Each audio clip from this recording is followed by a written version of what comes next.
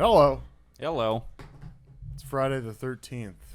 Not for us, but for you. Or maybe not for you. Maybe you're listening to this later. But release day, Friday the 13th. Yes. I wonder why. It's probably because we're doing Friday the 13th. That makes a lot more sense now. You just had no idea. No. Yeah. Every dot has been connected for me in just this exact moment. It is, yeah. I mean, it's still October, right? It still makes sense. Yeah, To spooky kinda do season. Yeah. So we're coming at you hard and fast with all the... Yeah, no, not really. We're pretty low octane content. You know, I was thinking for this one, you want to go talking points first, and then likes and dislikes and bad section at the end. Sure. I was just figured we'd try to change up the layout. So Friday the 13th, watching this, I was kind of like, oh, this might be bad. The original, the OG first one, right? 'Cause Friday the 13th, I mean, there's a million of them.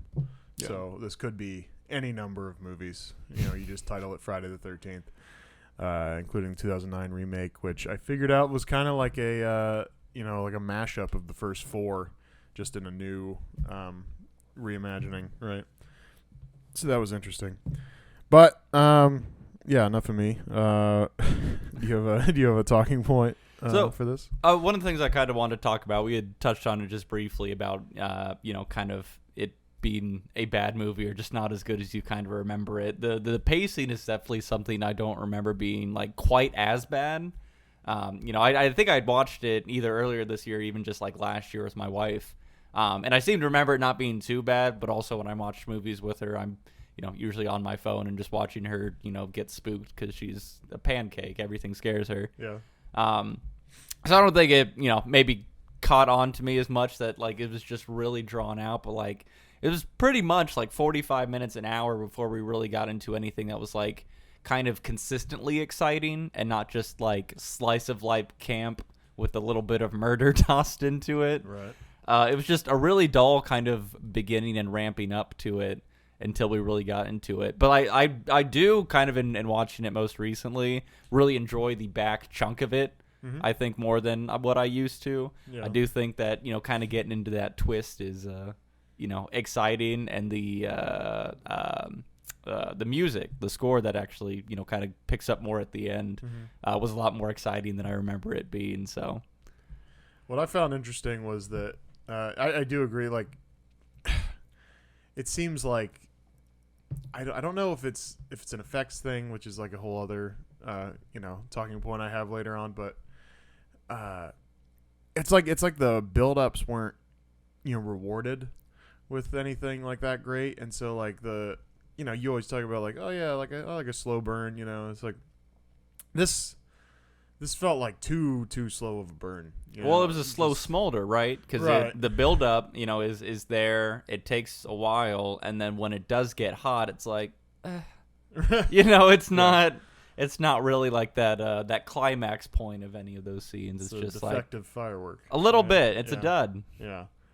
Yeah, so that was disappointing. And watching, I was just telling you, like, they're all on Max right now, so I was trying to go through all of them. I only got to number 6, but an impressive feat, nonetheless. But the more I watched these ones, the more I was like, they're kind of just making this their version of Halloween. Like some of the score stuff within this one, and some of the others, honestly, it was it has that kind of like high pitched thing that you could have hot swapped both of them, and they would still fit every scene like just the same. Yeah, they accomplished the same thing, right? And so yeah, a lot of the scoring was the same. A lot of I think they tried to lean into that slow. What are they doing? And then like all of a sudden everybody's dying in the end, and I think just Michael Myers is better.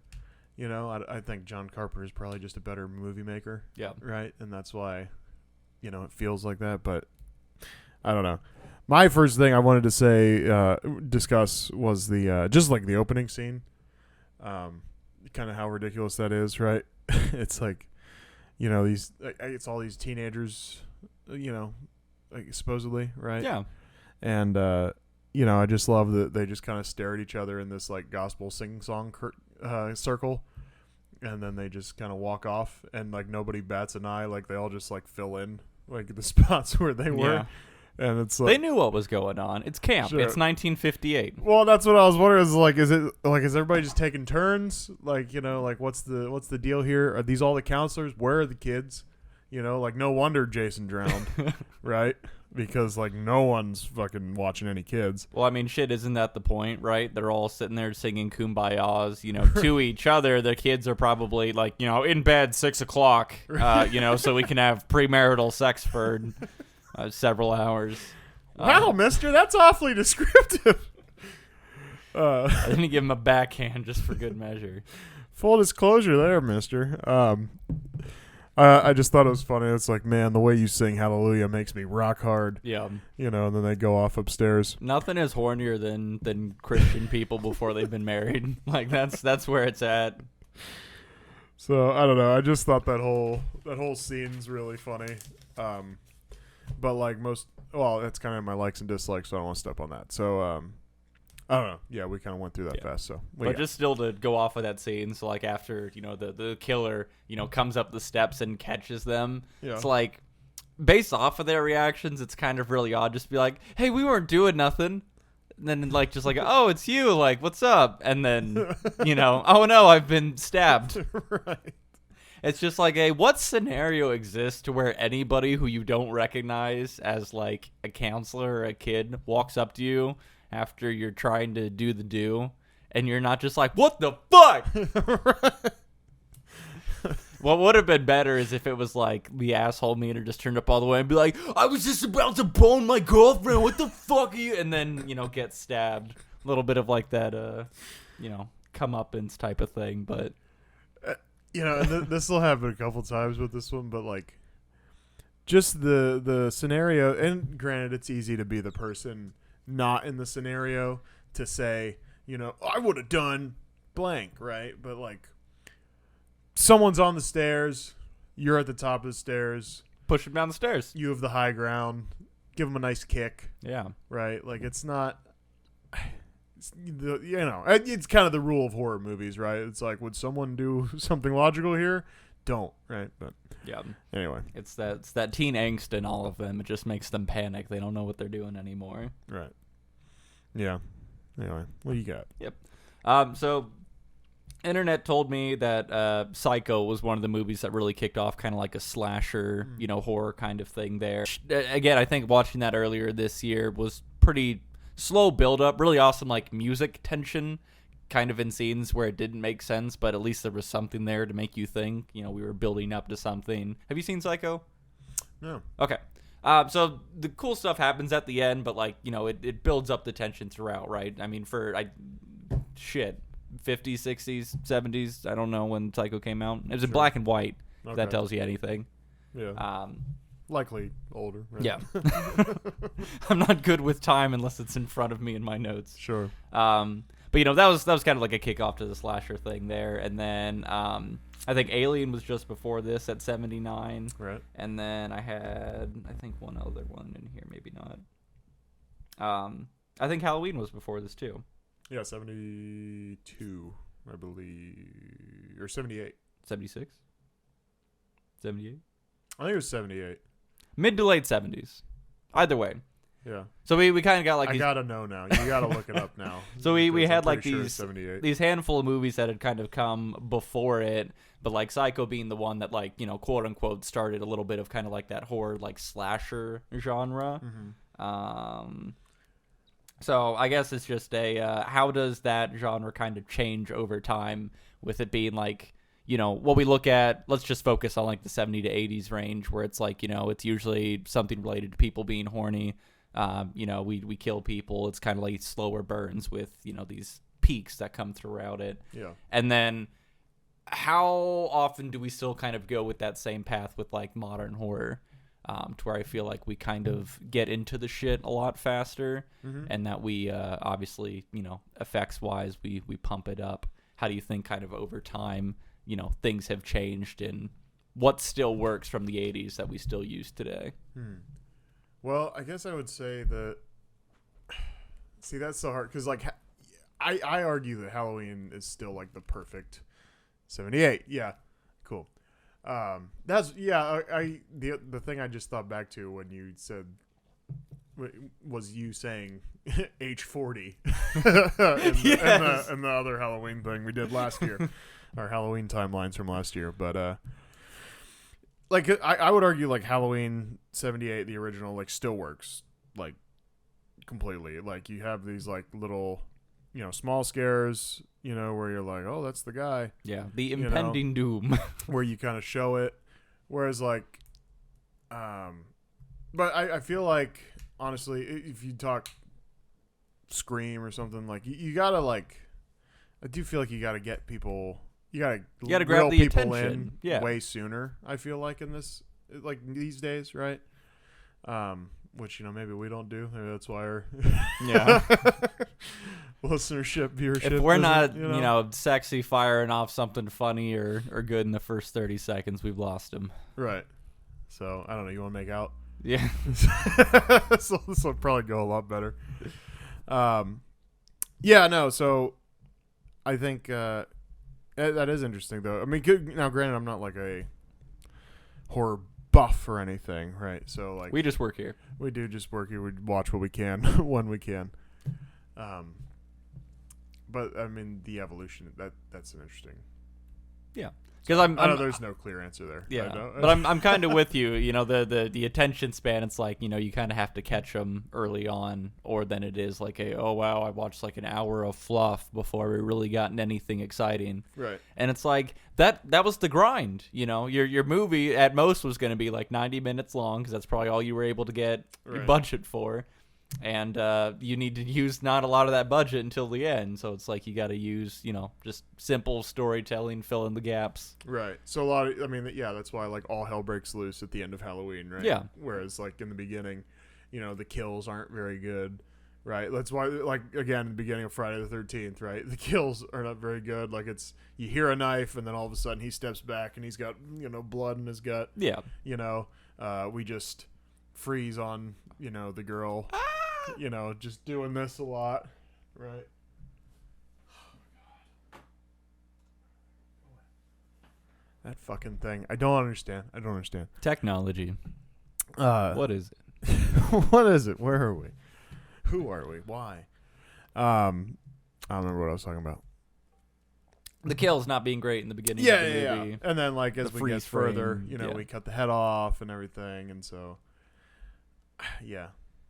I don't remember why I was talking about that point, so that whole thing really got me. Budget. Budget, yes. Right, you budget. get your cheap, easy kills in the beginning where you don't have to make it look super realistic or good, and then, when all the cool shit is happening, that's when you dump your budget in. Right. Indeed. I will say the axe that was in the one chick's head, that was pretty slick looking. I like that. Yeah, they just sprinkle a couple in, right? Yeah. Yeah, just a couple good ones. Can't keep it all for the end. It'd be a great time to just talk about, effects, sounds, whatever, sure. Right? That's one of mine is like, axe in the head. Very cool, right? Slick. It looks good. A lot of everything kind of slow mo, like a lot of the kills, like in slow mo, like the Voorheese head cut off, right? Like yeah. That was, like the slow motion deal. Like it was definitely, I don't know if it was budget, but like, you remember when the cop comes up and then he like turns around on the motorcycle and we get this like vroom, vroom, vroom, as if he's like, peeling off down the road. But we see brake lights on the motorcycle. Yeah. And he actually kind of almost like fell over.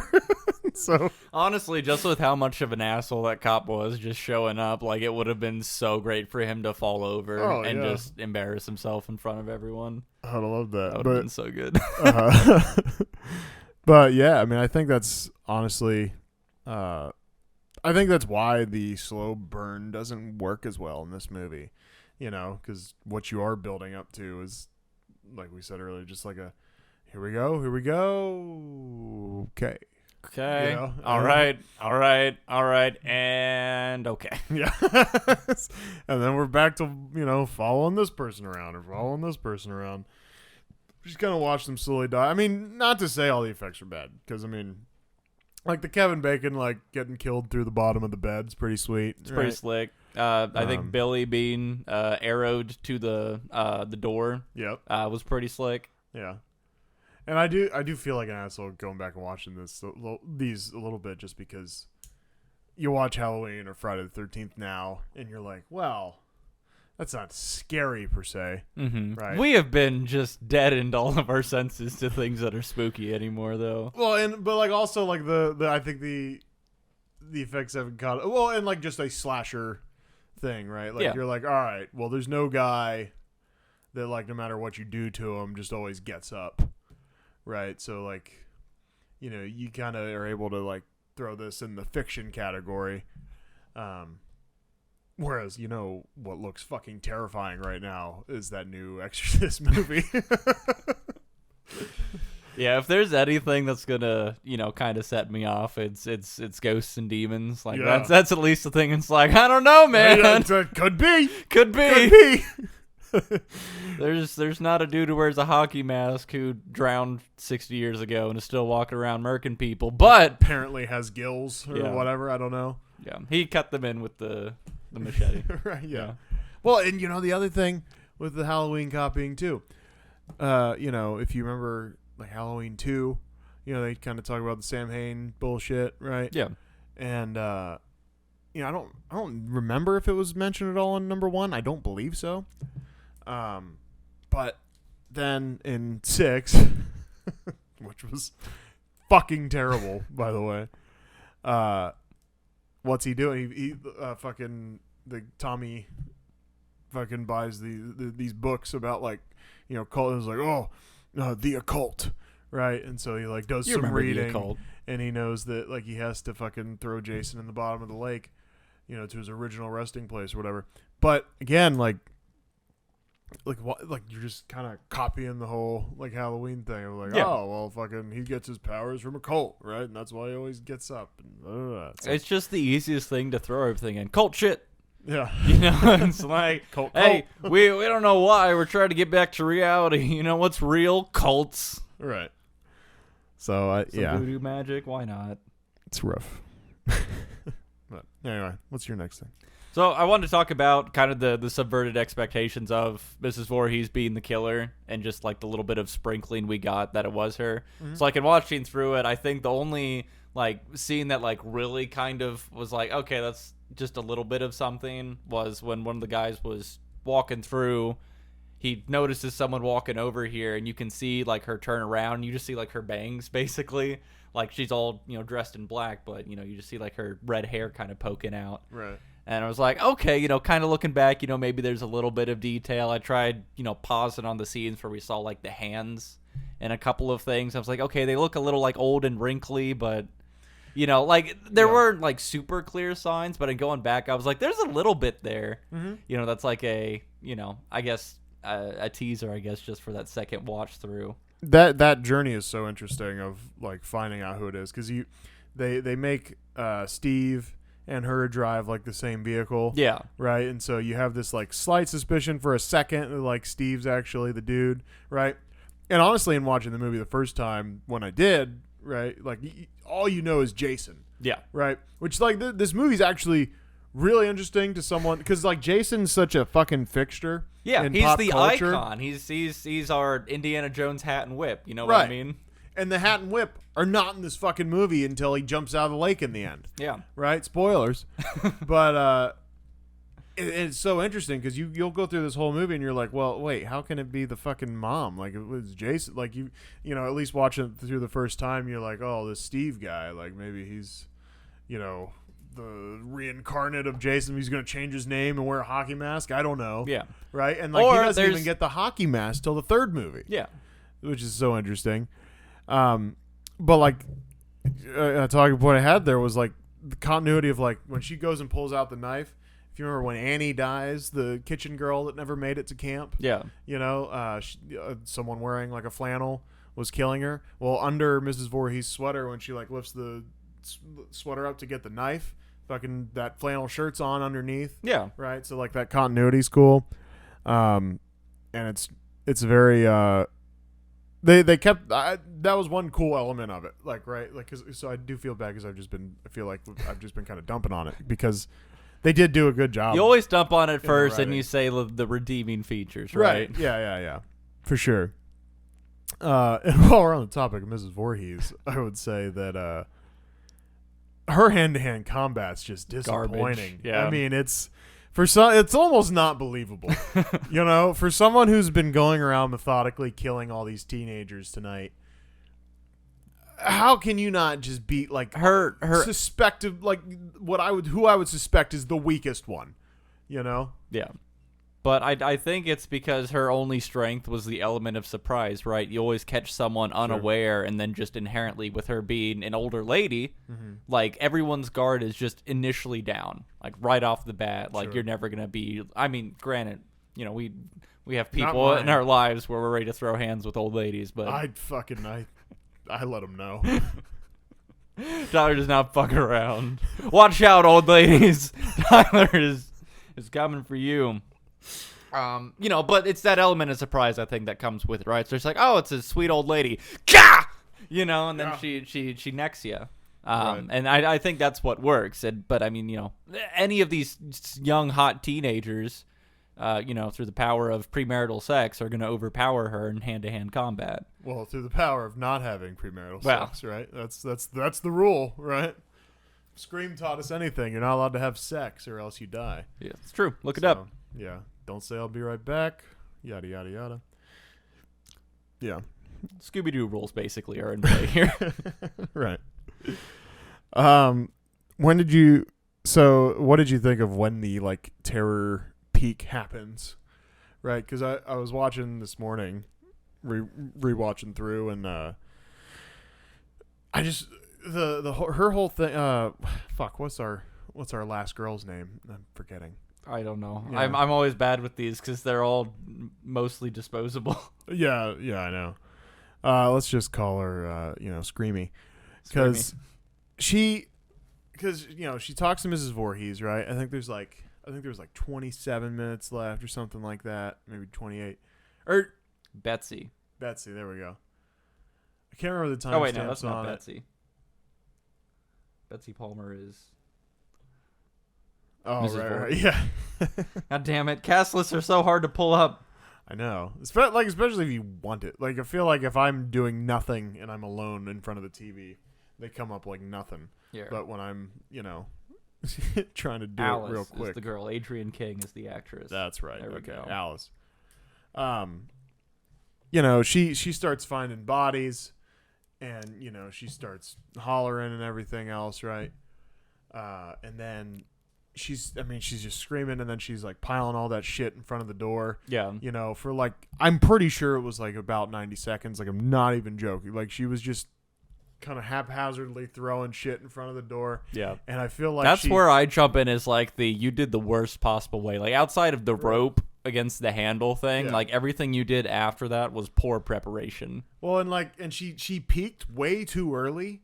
Of just like the full blood curdling scream, right? And so then she had to like stack all this shit in front of the door, and you could tell she was like really grasping at straws to like keep that same energy. Yeah. And she's just like, ah, ah, ah. And she's like, okay, this is dragging, right? And then it's more or less, other than when she has the conversation with Mrs. Voorhees, it's like her just screaming for the last 20 minutes of the movie. Yeah. And it's like, we need to build to this last part, Yeah, there needs to be like the big scare, like the big tear. That's when you get your blood curdling scream, and then that's where we get, maybe we chop the head off or whatever. Right. We have to frame it better. So I think the Scream Queen herself, Lori. Yeah. Why am I remember her name? Jamie Lee Curtis. There we go. Could have done a much better job at the time, but obviously, you can't just be jumping franchises like that. So, you could. I mean, wouldn't that be great? Like, you're just a multi-dimensional, like teen in distress. And then we can get a crossover series where it's like Sarah Connor.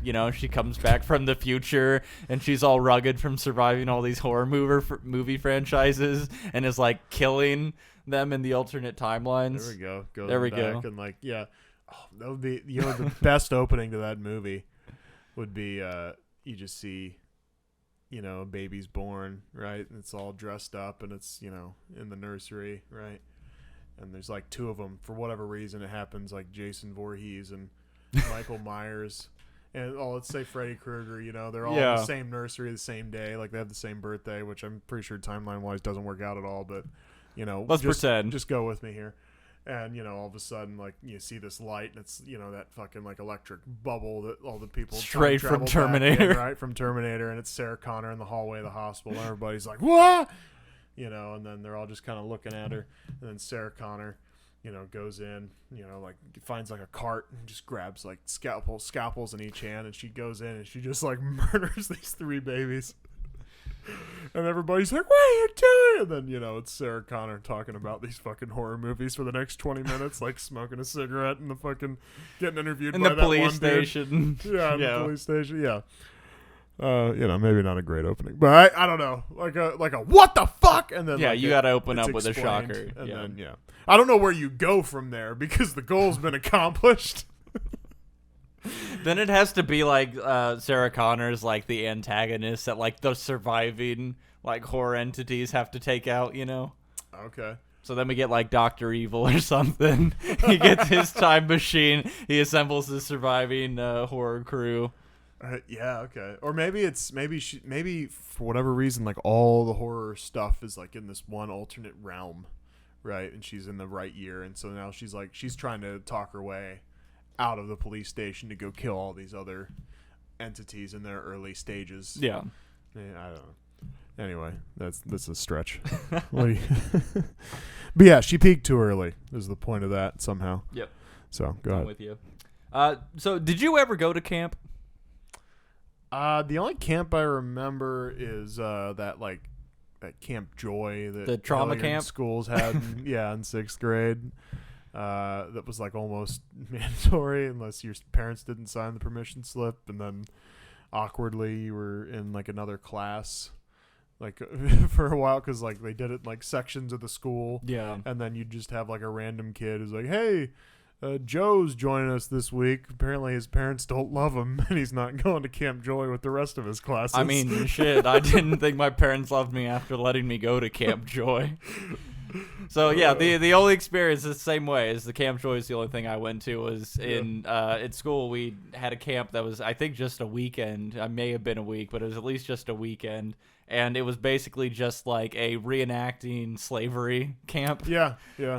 So you like showed up. There was a bit of like normal camp activities, and it was like, all right, today we're gonna be slaves. And then they put you out in the field. Yeah. Told you to look down at the dirt, and then they had people coming in and just acting like they were slavers and picking us all up and treating us like slaves. And some of us died.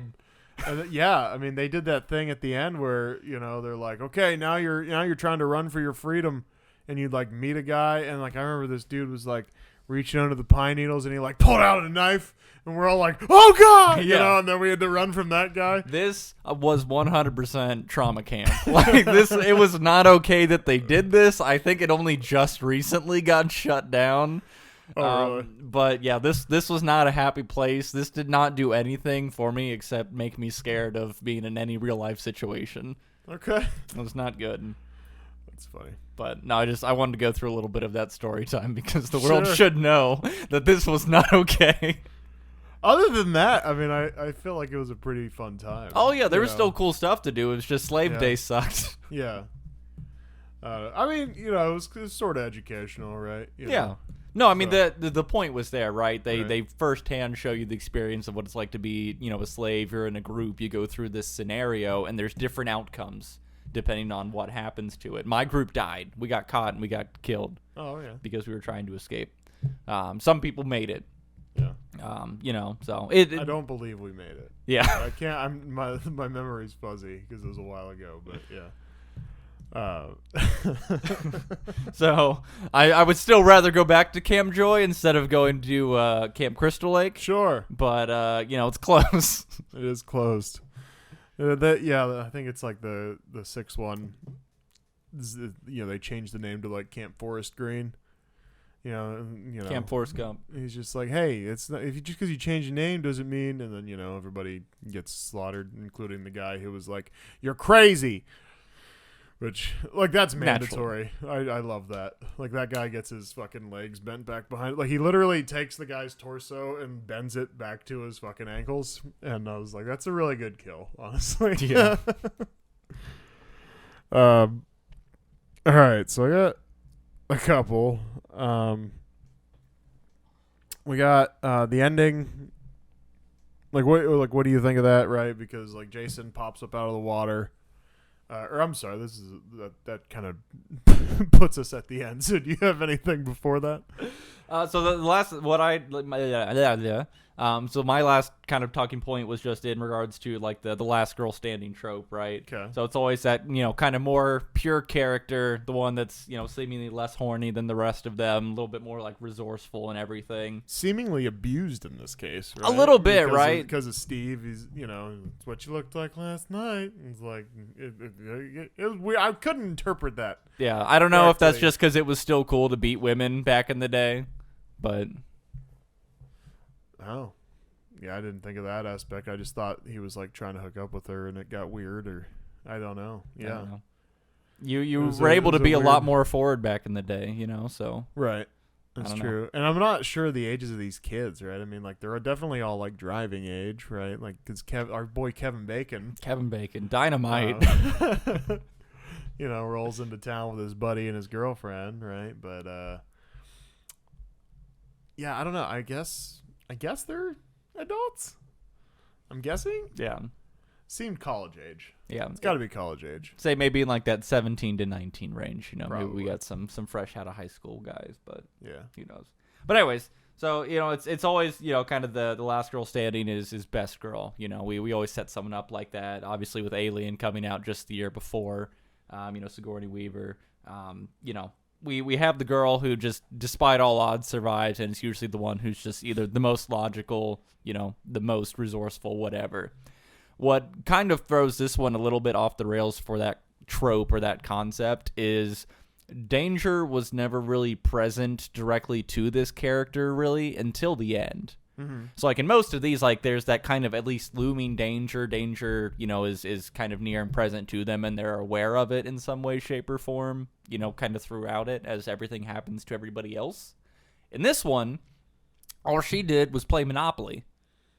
You know what I mean? Like she wasn't really in any scenario that was like danger is obvious and evident until we were pretty much, through most of the movie. Mm-hmm. And I just think, we go back to like Alien is obviously a great example for that. The danger was there very evidently, and everyone was big nervous the whole time. Yeah. When you're kind of dying one by one and you're just the one surviving despite all odds, that's a really cool way to do it. But when you're just like surviving based off of coincidence, I think that's a little bit less satisfying for this kind of trope. But yeah, that's a good point. Well, and if we talk, a common theme I noticed within the 6 I watched of these, plus I have seen the newer one, the 2009, I think it was 2009. Kind of the common theme is you don't really have like the main person right until the end. Yeah, like in Halloween we kind of know fairly quickly. I don't mean to keep harkening back to Halloween. It's just if it weren't such a good foundation for what these kind of movies should be. I mean, really. But we know pretty early, like we're riding with Lori. Yeah. Like this is our main character. We follow her to school. We're hanging out with her at the, babysitting the kids, watch her smoke weed with her friend, whatever, right? Yeah. We don't even know Alice is our survivor until, and kind of similarly with Alien, actually. We don't really know Ridley is our gal, our main gal, until kind of late. But then all of a sudden, like everybody's just dead, and then we have like 26 minutes left in this movie, and we're following Alice around as she tries to evade Mrs. Voorheese. And so I feel like not having a main character, a very just true defined main character can, kind of hurt your movie. Yeah. Because you don't. Who are you following this whole time? Still trying to figure out what the hell's going on or who you're rooting for and such. Like, and in that case, maybe you just choose the killer and you just go, hey, I hope he kills her dead. Well, and to be fair, Might be a from better part 2 on, Jason Voorhees pretty much is the main character, and that's who we are rooting for, because that's we know what the deal is at that point. That's why we're there. To watch Jason Voorhees kill people. And that more or less, hurts all those movies. Yeah. Just because, and they couldn't keep cast members. Like it's pretty much different guy every time. Like they don't even have the same Tommy from 5 to 6. And it was just bad. Like I heard like number 2 to 3, like because they have the one girl that survives in 2, and she was supposed to do 3, and apparently it was supposed to be like a revenge plot with that girl, and she was gonna hunt down Jason Voorhees and that'd been slick. That does sound awesome, right? And then apparently, that actress was like, no. And they had to change it last minute, and so 3 honestly kind of wasn't that great. Yeah. So anyway, they did some like half-ass storyline where it's like, she's like, oh well, I live nearby and I ran into Jason in the woods and I thought he was gonna kill me, and then I woke up in bed, and it was like, neat. Cool. So I guess we care about you now. If we have to. Immediately checks watch to see how much longer this movie's going to be. Luckily, most of them are like hour 45 at the longest, If these were like 2.5 hour long movies, these would be fucking slogs. We wouldn't be. Number 1, they would have never gotten the budget for it. Right. But number 2, just like there's nothing. Even if these were like fantastic movies, I don't know how you could have drawn out that much screen time out of these. I can tell you I wouldn't be doing a podcast about this one right now if it was 2.5 hours, because I'd be like, I'm not watching that fucking movie again. Just an extra 45 minutes of them like playing in the lake or canoeing or something, Maybe we see a couple more breasts, but hey, I'm usually all for that, but yeah, maybe it's just like an extended hardcore scene. There's just an X cut between Kevin Bacon and his girl, right? Like I can't even remember their names. But that's the problem. It's just a full porn in the middle of this movie. That's what you get when you buy the collector's edition that's got all the movies. It's just got like a full 45-minute. You see like full penetration. Yeah. Kevin Bacon. Just giving it to this girl. But like the soundtrack is still all spooky and shit, and like every clap is like a wah, wah, wah. Oh, it's great. Yeah. All right, so now I'll say, the ending, it somewhat recurs, within the first 4 there. Jason always kind of, comes back, even though, not granted he didn't get killed in this movie per se, but like somehow he survives, right? Jumps out of the water, gets her. I guess number 1, what are we attributing that to? Like, how is he, like, is it just the mystical power of Crystal Lake? Yeah, right? it's preserved him. There's just a lot of salt in that lake, so his body's just been well kept. I mean, right. it's peeling off, but he's still kicking. It's just I want, again, like I think we talked about it in movies that come out after this, but I was saying, like, I feel like you get, like, one weird thing, right? Like, we need, like, one explanation to explain some of this. Yeah. And then we can't just be having weird things all over the place, or else, like, you kind of lose track of, like, the rules and, like, why this is happening, why that's happening. And so with this one, I kind of want the explanation. Now, granted, if it's just like, I don't know, he came out of the fucking water. It's like, all right, cool. Yeah. He comes out of the fucking water. It's but I want, like, something there. Yeah, it's the Nightmare on Elm Street effect. She was just so paranoid that this is where he came from that she manifested him in her fever dream. But then, what's the end about then? I don't know.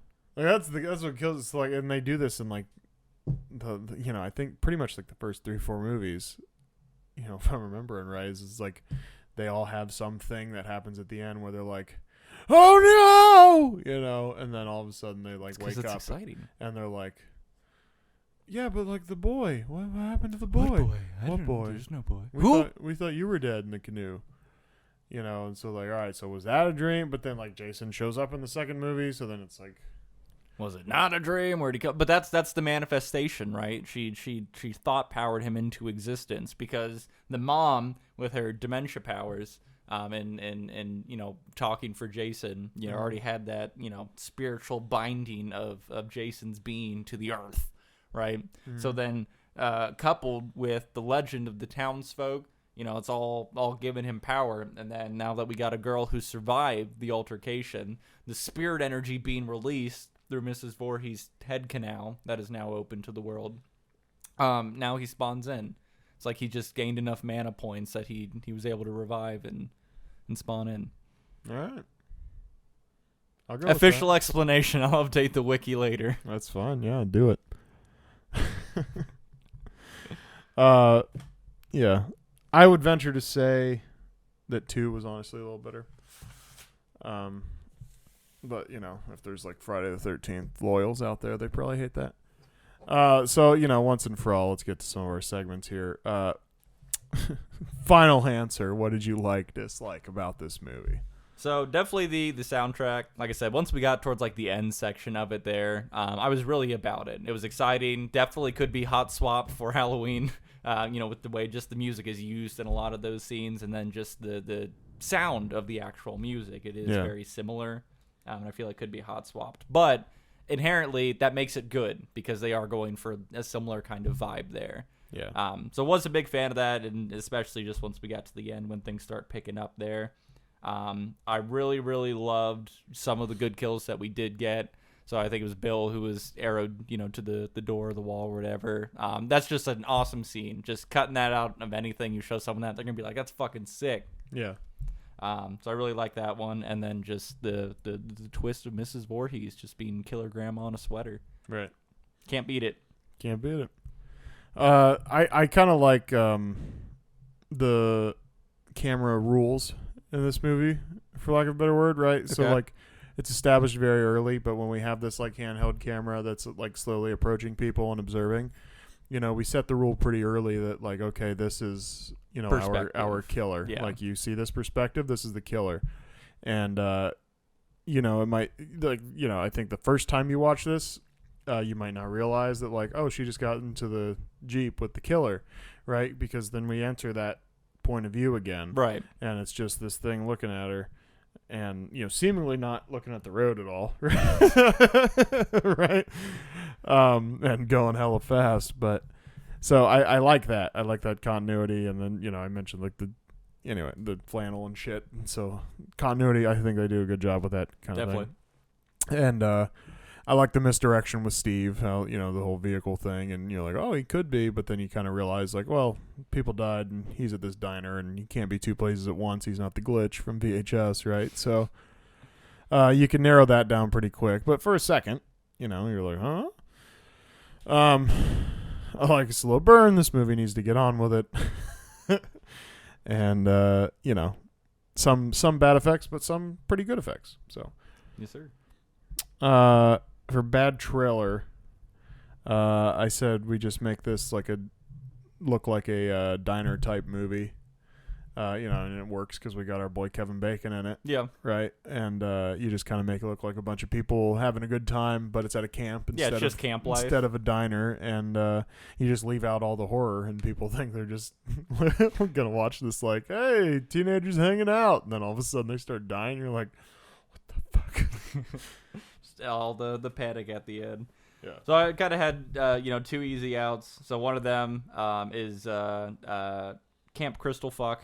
So it's just like all the sexy scenes, you know, where people are like making out or stripping or whatever, and just kind of framing it as like a porno DVD trailer kind of thing. That would be really good. And then also just the you know, the cheap and easy camp advertisement. You know, it's like, come to Camp Crystal Lake. Yeah. Oh, you know, they go through the handful of activities and everything, and then there's always the cutaway of just the Dude, that's not supposed to be in there. You see I have shit crossed out here. Like it's like the first thing that comes to my mind when I do these now is that advertisement thing, and I'm like, we gotta avoid it. I gotta think longer. I gotta think longer. But like at first I was like, I don't know. Like I did spend a good 5 minutes like, no, and so I started writing the fucking ad thing down, and then I was like, wait. So anyway, Yeah. They are kind of hard to do. If I do the bad trailer like after I've watched the movie, I feel like it takes a lot longer. But if I'm like actively looking for something to start picking out as I'm doing the watch through it, right, it's usually a little bit easier for me because I'll be like, all right, this thing just happened. I like that. Let's focus on that, right. and then I'll just fill in the gaps See of if whatever I works find after. as you keep watching. Yeah. So for the bad summary, I said mother shows dissatisfaction with staff after son involved in swimming accident. Yep. Which is like that. Almost got it, but, not quite to the extent of what you were about to see. Yep. Camp kids literally fuck around and find out. Nice. Like that. Bad casting, I was saying, it doesn't even feel like anything would change. Yeah. If you did rearrange the extremely casting. Inconsequential. Because like our plot almost doesn't seem interested in making any of these characters interesting other than the ones who fuck, right? Sure. But The Shining did come out the same year, and Stanley Kubrick did yell at Shelley Duvall about being dramatic in that little bonus thing we were watching, so I said, let's throw Shelley Duvall in, as what I already forget her name. Alice. Alice, yeah. I was wanting to say Annie, but I was like, no, Annie's she's the cook. Yeah. I still don't believe that girl could cook. I mean, I never saw it, so I don't believe it. Yeah. Didn't seem like the cooking type. Anyway, yeah, let's throw Shelley Duvall in there, right? And as long as we're using The Shining, why don't we throw Jack in as Steve Christie instead, right? And then at least, like, you can cut, like, that's more of that misleading thing of like, is he the killer? Yeah, because Jack can act crazy. Yeah. But yeah, that's what I have for that. Nope, I'm with you. My go-to for this one was throwing Betty White as Mrs. Voorhees, because the sweet grandma level would just be so incredibly high in that the twist there would just be that much more satisfying. Yeah. So you got to have Betty in there. I like that. You know what's funny is like I forgot to mention that I think when she's in the generator room or something, but it's the room where she finds the rifle and everything. And like it gets to that point where Alice is just like throwing shit like at her, trash like, at her. Yeah, she like I'm pretty sure she throws like a ball of yarn at her, and like Mrs. Voorhees is like oh, yeah, and it's like, what the fuck are we doing, And so then honestly, like you put Betty White in there and she's throwing that stuff at her, it might get her. Like she might be like, oh, hey, ow. Or if anything, it's like the sweet old lady, like ooh, ah. Yeah. You know what I mean? Yeah. Like, be so good. But I gotta say, like, the thing that pisses me off in that scene so much is, like, guns have a bit of heft to them, Mm-hmm. On that wall, there was, like, 16 rifles. For some reason, like, at a camp, right? Like, you just have a bunch of rifles. Odd. Just... Worst case scenario, But, don't just, like, toss the gun at her, like, grab it by the long end and just whack her with it. Right. This, her fatal flaw throughout that whole, just her whole kind of run there at the end was just not properly defending herself. Yeah. As is, tradition. Pretty much the flaw. Yeah, as is tradition. Yeah. The flaw with pretty much every main character in every horror movie, right? So her problem is we didn't know she was the main character long enough, and so she didn't know. And so then she was like, oh, I don't know how to use this. Yeah, her main character powers hadn't evolved yet. And so by the end, that's when she figures out, like, oh, I can use this and cut her head off. It's like, now you're thinking. Yeah, she's just building up her special power for the strong attack. Yeah. And again, Mrs. Voorhees, just very disappointing. Just like that, like, fucking dodge, man. Yeah. Dip, dodge, duck, dive. The kind of something. The small part I do like about that, and her just kind of being kind of terrified, I think, is just because she's been able to go through all of this stuff and like kind of heavy into this delusion that she's kind of like speaking through and kind of embodying Jason in some way. So I think what kind of comes to that is like the moment of clarity, So I think it's both of like the like clarity of like what she's been doing as well as the, the immediate repercussion that's coming from that. So I kind of like to pull that from, her kind of just freezing and yelling. Sure. That being just a bit of the moment of clarity of like oh my God, what the fuck is going on? Yeah. It's interesting. Yeah, the other thing, not to keep talking about the movies ahead of it, but I did just watch them all last night, other than, 7, 8, 9. But one of the things they were talking about, I think it was in the second one, where they're saying, well, I think, Jason saw his mother get murdered that night. And so, like, if we just say there's some sort of power, that murder or him drowning created some sort of weird energy. Well, that him drowning and then his mother coming back for revenge and committing those murders, like, that created some weird energy, at that camp. Yeah. Right. So if we say that and then, it's probably on an Indian burial ground. So they haven't seen that one yet. Or maybe they have. I don't know. Maybe they'll listen to this 4 years from now. Who knows? So, but that's the Shining reference anyway. But so if that created that like energy or whatever, and then Mrs. Voorhees is dead, right? So then that energy has to go from somewhere, and so that somehow awakens Jason from the bottom of the lake or whatever. Yeah. Told you, the spirit channel through her head cavity. Right, yeah. That's what released all the energy. But, like, if you say that, Mrs. Voorhees was actually talking to Jason, right, that whole time, or like, when she goes, like, kill her, mommy, kill her. I will, Jason. So spooky. I will. Not as spooky as you... Anyway, you mean a grown-ass woman being like, kill her, mommy, kill her.